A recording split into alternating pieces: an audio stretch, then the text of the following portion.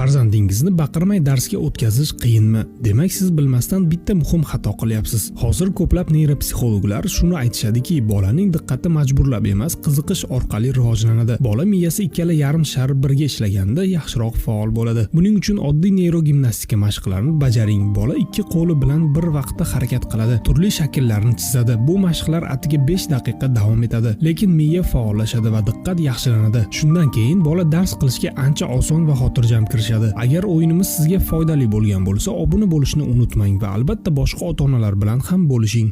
Farzandingizni baqirmay darsga o'tkazish qiyinmi? Demak, siz bilmasdan bitta muhim xato qilyapsiz. Hozir ko'plab neyropsixologlar shuni aytishadiki, bolaning diqqati majburlab emas, qiziqish orqali rivojlanadi. Bola miyasi ikkala yarim shar birga ishlaganda yaxshiroq faol bo'ladi. Buning uchun oddiy neyrogimnastika mashqlarini bajaring. Bola ikki qo'li bilan bir vaqtda harakat qiladi, turli shakllarni chizadi. Bu mashqlar atigi 5 daqiqa davom etadi, lekin miya faollashadi va diqqat yaxshilanadi. Shundan keyin bola dars qilishga ancha oson va xotirjam kirishadi.